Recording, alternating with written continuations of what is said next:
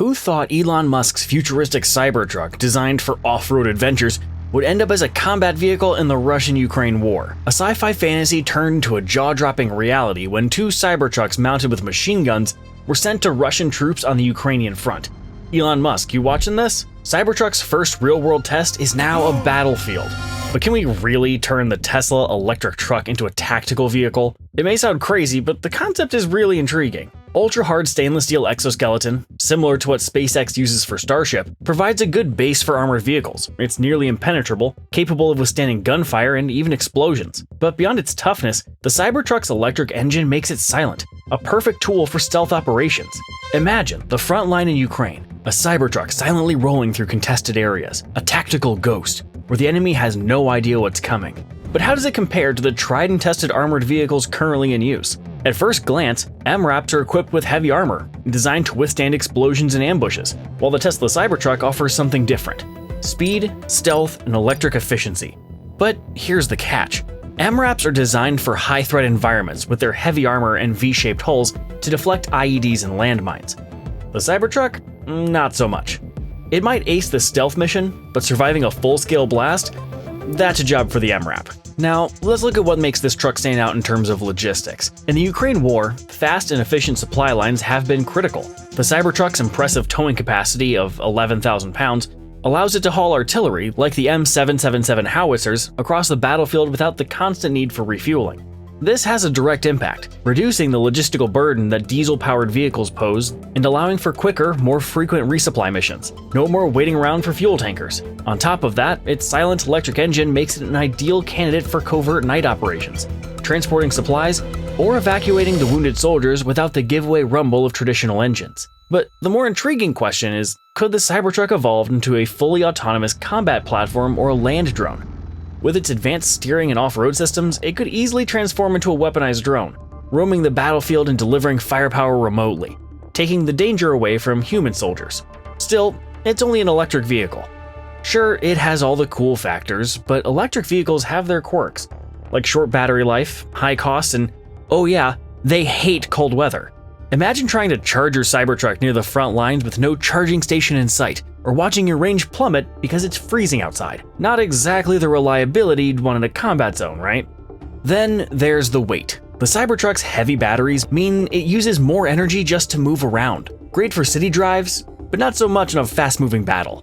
And while it looks tough, early deliveries have shown some problems, like build quality issues and software bugs. Imagine rolling into combat and your indestructible windows crack at the first hit. Not exactly reassuring. Converting it into an unmanned or armed vehicle is another challenge. The military would need to build lots of charging stations to keep it going in the field. Without them, the Cybertruck might spend more time parked than in action. Plus, by the time the army's fully charged and ready to go electric, the Cybertruck might already be old news. But speaking of firepower that's anything but outdated, enter the M1150 Assault Breacher Vehicle, a high-tech beast, perfect for the Russia-Ukraine war. It's an armored vehicle based on the Abrams tank, designed to clear mines and obstacles.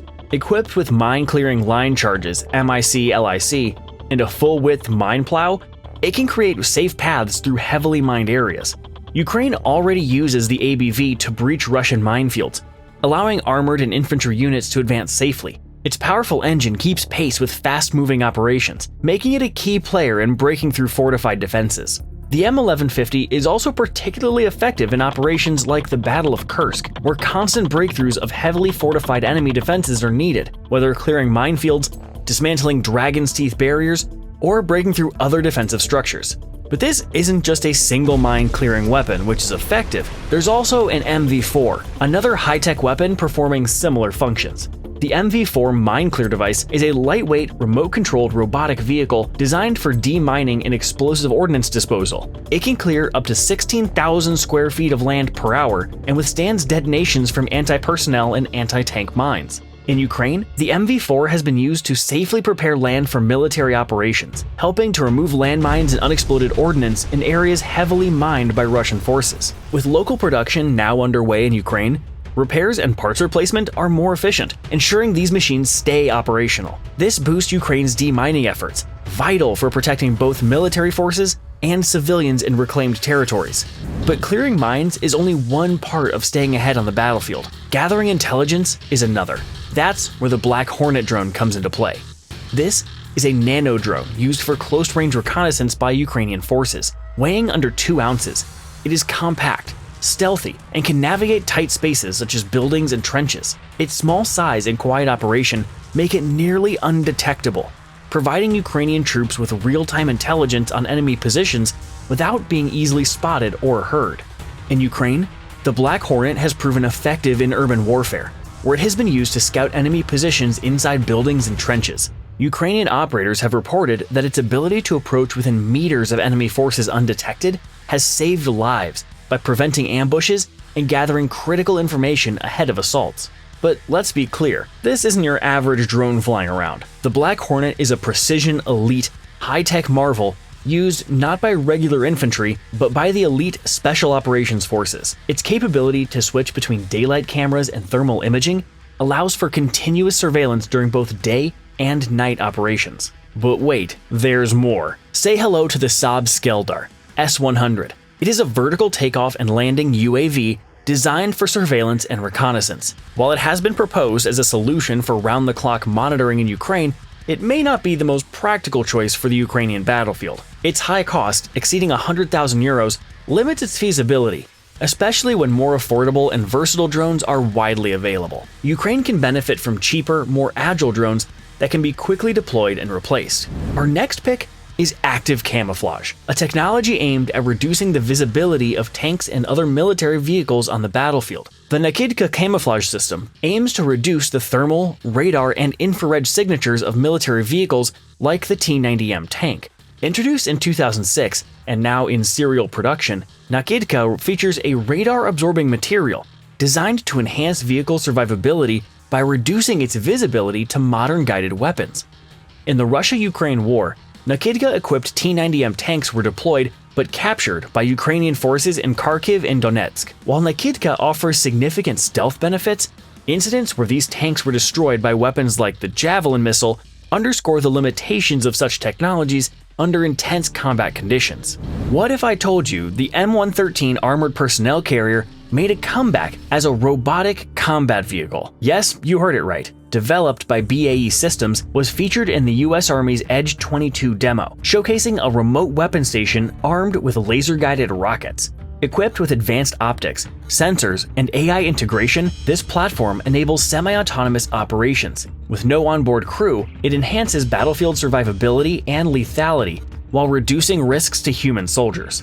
For Ukraine, such a robotic platform could support its forces by providing remote firepower, especially in contested areas, while minimizing soldier exposure to enemy attacks. Its ability to operate in tough environments and deliver precision strikes could help in ground operations.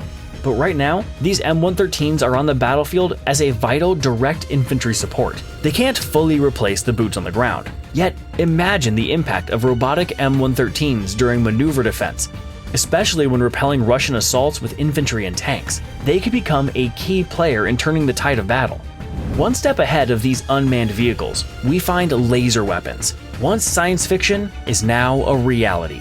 These high-energy lasers can destroy drones, missiles, and other targets, providing a critical defensive edge. These systems, mounted on vehicles, ships, and aircraft, offer virtually unlimited ammunition as long as power is available. But challenges like power consumption, weather interference, and the need for sustained target lock make them complex to deploy. Laser weapons could help Ukraine neutralize Russian drones and missile strikes, providing a cheaper, more sustainable defense option and reducing reliance on costly missile systems. But while lasers handle the skies, let's dive into a solution for tanks crossing rivers, the M3 Amphibious Bridge. It is a versatile system designed to transport tanks and vehicles across water bodies swiftly. It functions as a ferry or can link multiple units to form a bridge, supporting heavy military equipment. Its ability to quickly assemble a 328-foot bridge in 15 minutes makes it invaluable for crossing rivers like the Dnipro, a key challenge in Ukraine's battlefield strategy. In Ukraine, the M3 could enable rapid armored assaults across rivers, allowing forces to bypass heavily fortified positions, particularly in regions like Kherson, and facilitate counteroffensives against Russian forces. Before disclosing our last pick, we came up with a US military technology that is about to shake things up in Ukraine. The delivery of joint standoff weapon JSOW Glide Bombs is about to give Kremlin officials sleepless nights. These precision glide bombs, capable of striking targets from up to 70 miles away, can be deployed from Ukraine's newly acquired F-16 fighter jets.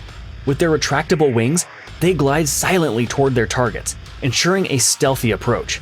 Unlike traditional missiles, JSOWs are designed to be dropped from aircraft, making them perfect for bypassing Russia's formidable air defenses. Equipped with cluster munitions that release 145 submunitions, each with a devastating cumulative and fragmentation effect, these bombs bring a new level of firepower to Ukraine's arsenal. As Ukraine faces the challenge of operating in heavily contested airspace, the introduction of JSOW Glide Bombs will allow them to strike with precision from a safer distance, leveling the playing field against Russian forces. And finally, we've got the Hovercraft landing boats, better known as the Landing Craft Air Cushion. They are like the superheroes of the sea, helping move people and supplies from ships to shore.